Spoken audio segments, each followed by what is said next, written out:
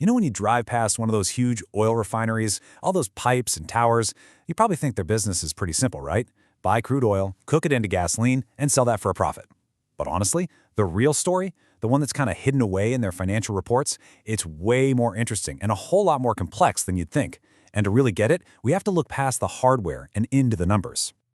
So, that gets us to the big question for this explainer. If it's not just about selling gas at the pump, how does a business on this incredible scale actually calculate its own success? Well, let's just say the answer is not as straightforward as you might imagine.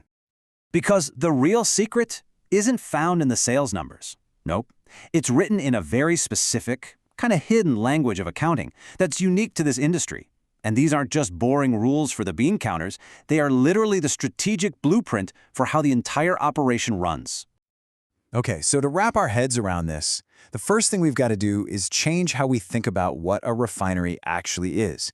It is not your typical factory making one thing from a simple set of ingredients.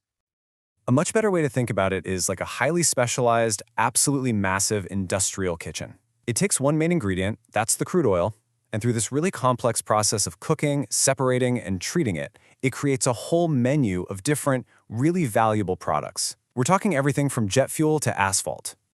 All right, so if a refinery is cooking up this whole slate of products, how on earth do they measure if that whole transformation process is even profitable? To do that, the industry came up with a very specific and very powerful metric. It's called the Gross Refinery Margin, or just GRM for short. And to put it simply, it's all about the value spread. You take the total market price of everything that comes out of the refinery, all the gasoline, the diesel, all of it. And then you subtract the cost of the crude oil that went in. That difference right there, that's your margin. And this is exactly why GRM is so incredibly important. See, a single barrel of crude oil doesn't just become one thing. It creates a whole mix of products. Maybe this barrel yields 45% gasoline, 30% diesel, and another 15% becomes jet fuel. The refinery's entire game, their whole strategy, is to constantly tweak that mix to squeeze the absolute maximum value out of every single barrel they process. But here's where the story takes a massive turn. This whole model we've been talking about, this GRM thing, it's all built on one giant assumption, that the refinery actually owns the oil it's processing. So what if it doesn't? Think about that for a second. That one question completely changes the game. What if the refinery is really just a processor for hire? What if it's just providing a service instead of selling a product? This idea reveals two completely different ways you can run a refinery. You've got the classic merchant model, where the refinery buys the crude, owns it, and takes on all the risk of changing prices, hoping to sell the finished products for more. But then you have this tolling model. In this setup, a client, a third party, owns the oil. The refinery never takes ownership, it just charges a fee to process it. All of a sudden, your biggest risk isn't the crazy oil market, it's just how efficiently you can run your own machines.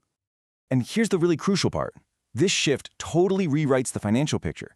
Under international accounting standards, the rules like IFRS and AIS, a tolling refinery looks completely different on paper. Its revenue isn't from selling products, it's just that processing fee. And what's even crazier, the billions of dollars of crude oil and all those finished products, they don't even show up on the refinery's balance sheet because they technically belong to the client. This one move massively slashes the refinery's financial risk and the amount of cash it needs just to operate day to day.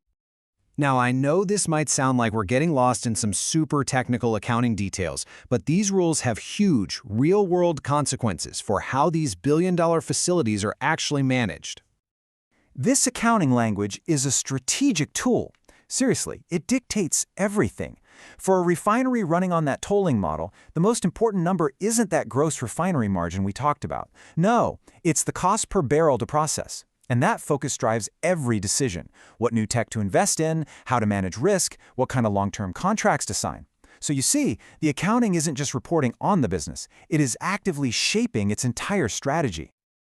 So, what this all really goes to show is that a company's financial statements aren't just a boring record of the past. They're a language that can reveal the true, fundamental nature of a business.